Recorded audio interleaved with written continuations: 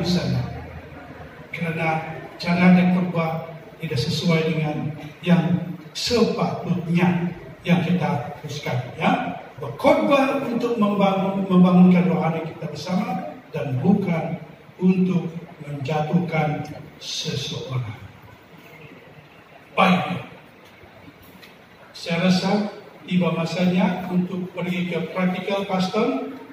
Saya di sini apa saja di mana mungkin boleh edarkan dan juga kita punya presenter. Kita telah memilih ada 3 wakil pengkhotbah spontan daripada 3 daerah. Jadi ya, sudah 2 kali berubah masanya. Tapi tidak apa-apa. Baik, untuk YYD, para pengkhotbah diberikan masa selama 5 menit untuk menyampaikan khotbah sejauh yang Anda mampu. Jadi kita terus kepada pengkhotbah kita yang pertama daripada wakil daripada daerah Tenggilan, Elder Dos Sumba. Silakan.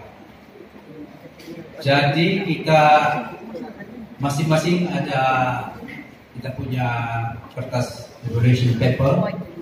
Jadi tiklah mana-mana yang berkenaan. Okay. Jadi kita ada objektif di sini, nanti dijelaskan oleh Pastor Nelson.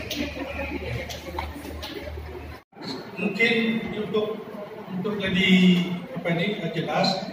Pertama, perawatan fisikal pengkhotbah. Apakah sikap tubuh doa? Apakah dia menyandang member? Tidak member tidak ada ya. Bagaimana tangan? Apakah yang seperti ini? Jadi ya, khotbah itu ada di sini. Dan sebenarnya yang bagian 3 di kalaku itu yang gairah saya itu semangat tuh, bersemangat. Ini yang saya tersilap apabila saya membaca itu waktu diflightkan, kenapa saya akan sebegitu? Dibuat Tuhan itu bersemangat. Okay?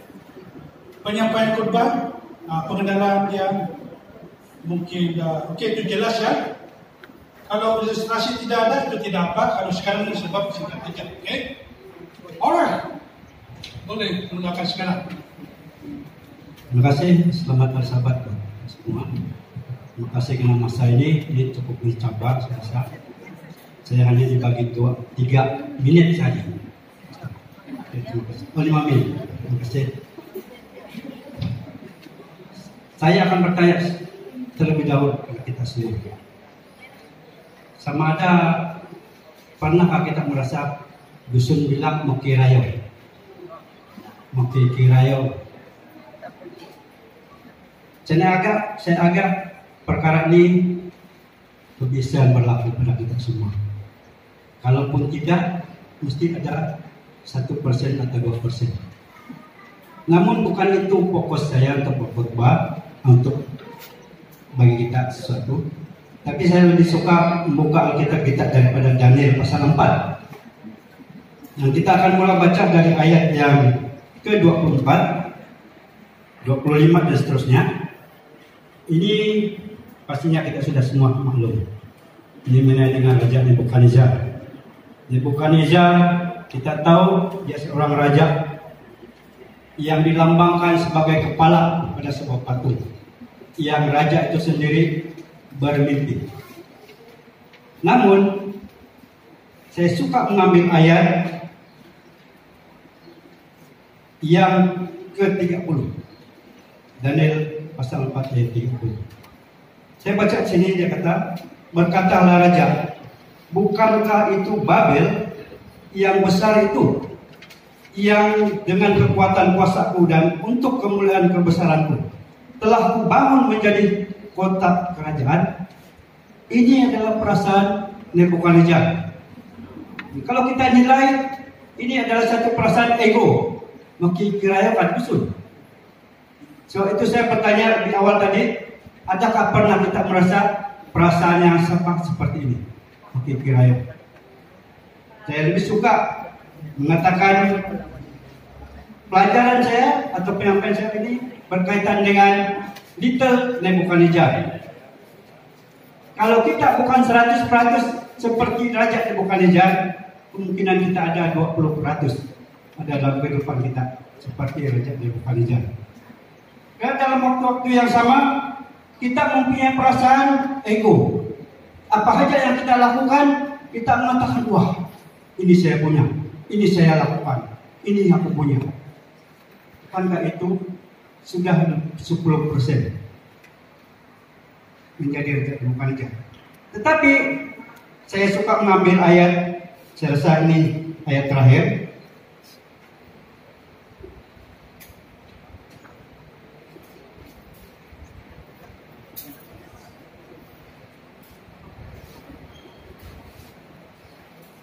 Ayat yang ke-36, pada waktu akal budiku kembali kepadaku, kembalilah juga kepadaku kebesaran dan kemuliaanku untuk kemakmuran kerajaanku.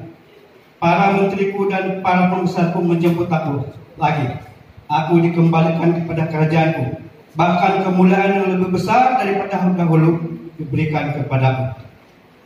Ayat 37, jadi sekarang aku Nebukadnezar memuji, meninggikan dan memuliakan Raja Surga, yang segala perbuatannya adalah benar dan jalan-jalannya adalah adil, dan yang sanggup merendahkan mereka yang berlaku congkak. Jadi kita ada sebenarnya pengharapan dalam diri kita. Kadang kalau kita melalui keadaan keegoan, kecongkakan, kesombongan ini, mari kita sama-sama seperti Nebukadnezar. Dia kembali kepada perasaannya. Dan yang paling penting saya rasa, dan kita semua rasa, berbaliklah kepada Tuhan. Minta bantuan kepada Tuhan. Supaya kita merasa dan menilai diri kita. Siapa kita, diri kita sebenarnya. Makasih. Terima kasih. Kita sarapan ada Nesli Marajen. Silakan.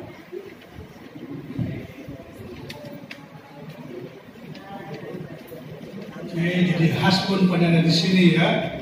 Saudara William. Jadi ada? Oke. Nanti kamu kongsi bila sampai rumah. Oke.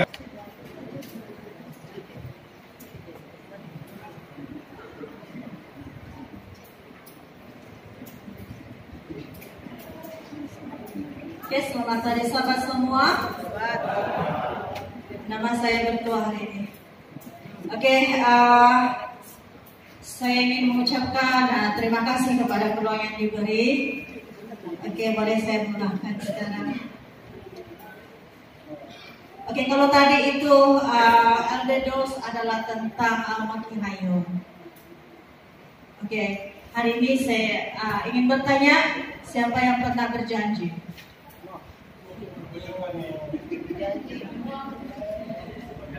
Oke, saya percaya semua pernah ada pengalaman untuk berjanji, sama ada mengucapkan janji ataupun dijanjikan. Oke, jadi bagi kita yang sudah mengucapkan janji, kita sudah berusaha untuk memenuhi janji tersebut. Jadi dalam janji itu mungkin ada durasi masa yang kita tentukan, ya. Mungkin kalau yang dulu-dulu masa sekolah menengah, ada seseorang yang berjanji, saya akan tunggu sekian-sekian masa. Tunggu sekian-sekian masa dan kita akan hidup bersama. Ada iklan. Hari ini saya akan membawakan satu ayat yang terdapat di dalam Mazmur 27 ayat 14.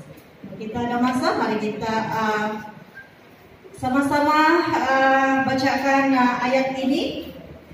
Di sini saya akan membacakan dalam Mazmur 27 ayat 14. Nantikanlah Tuhan, kuatkanlah dan teguhkanlah hatimu. Ya, nantikanlah Tuhan. Ini merupakan sebuah janji penantian untuk kita. Jadi saya percaya yang kita semua yang berada dalam ruangan ini pada hari ini sedang menantikan kedatangan Tuhan. Kalau kita ambil salah satu masa penantian di dalam Alkitab, ada banyak sekali dan bermacam-macam durasi. Ada yang menanti selama 14 tahun, ada yang menanti selama 15 tahun, ada yang menanti sehingga 40 tahun. Hari ini saya ingin memetik di dalam Kejadian 21 ayat 5, di mana Abraham telah dijanjikan oleh satu janji yang agak mustahil, yaitu di mana Tuhan sendiri menjanjikan dia, keturunan dia akan menjadi sebanyak bintang di langit dan juga sebanyak pasir di laut. Masa itu Abraham berumur 75 tahun. Dan mengikut cerita ini, istrinya Sarah telah melahirkan Ishak pada masa Abraham berumur 100 tahun. Dan dia mengambil masa 25 tahun menanti janji itu dipenuhi. Tapi walaupun dengan penantiannya begitu lama sekali, Ishak telah lahir. Dan itu membuktikan bahwa janji Tuhan itu adalah pasti.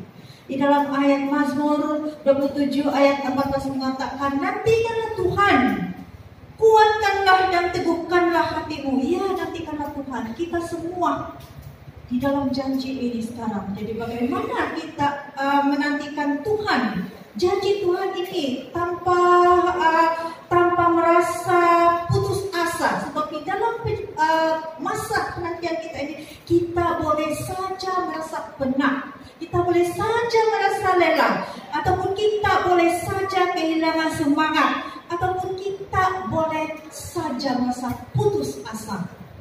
Tapi ayat ini mengatakan, kuatkanlah dan teguhkanlah hatimu. Jadi marilah kita sama-sama menguatkan iman kita dan meneguhkan hati kita, percaya kepada janji itu, dan janji itu akan pasti dipenuhi, yaitu penantian kita akan berakhir apabila kedatangan Yesus yang kedua kali kemudian. Amin. Amin. Terima kasih Anda. Saya dulu. Akhir kita persediaan gegaran, kita mengundang ada Haris Subrik, wakil daripada daerah Kelawar. Shalom. Ya, habis sahabat semua ya. Jadi yang tadinya pelajaran yang kita kongsikan adalah mengenai tabiat mengerai. Dan yang keduanya adalah tentang apa tadi itu? Oke, itu kerja rumah kamu mengingatkan. Baik. Apa yang ingin kita kongsikan pada petang ini adalah siapa pemilik kita atau Tuhan itu pemilik. Ya, mungkin tajuk ini menjadi satu kebiasaan buat kita. Tapi mari kita kongsikan firman Tuhan. Terlebih dahulu coba kita lihat dalam Bible kamu untuk menyokong Tuhan itu pemilik di dalam Mazmur 50 ayat 10 hingga 12. Baik. Kenapa Tuhan itu pemilik?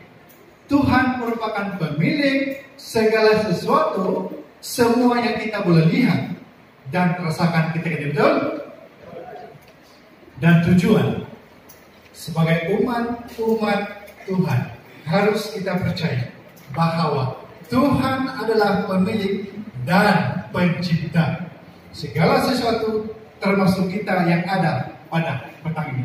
Baik, terima kasih. Mari kita lihat dalam Mazmur 50 ayat 10 hingga 12. Minta maaf ya. Coba kita lihat apa yang jelas dikatakan di sini. Ayat yang ke-10, sebab punyakulah segala binatang hutan dan beribu-ribu hewan di gunung. Ayat yang ke-11, aku kenal segala burung di udara, dan apa yang bergerak di padang adalah kuasaku. Ayat yang terakhir, jika aku lapar, tidak usah aku katakan kepadamu, sebab punyakulah dunia dan segala isinya. Sangat jelas, bangga. Amin dengan ayat itu. Saya jawab ini spontan karena cari lagi. Tapi tidak apa. Mari kita simpulkan teks perkongsian kita tentang Tuhan itu adalah pencipta. Sebagai kesimpulan dalam perkongsian kita ini adalah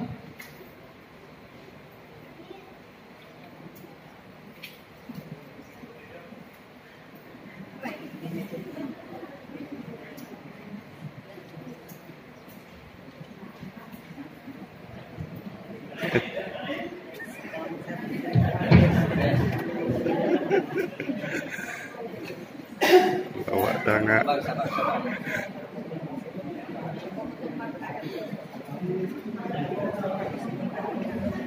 Inilah masalah kalau harap 100%.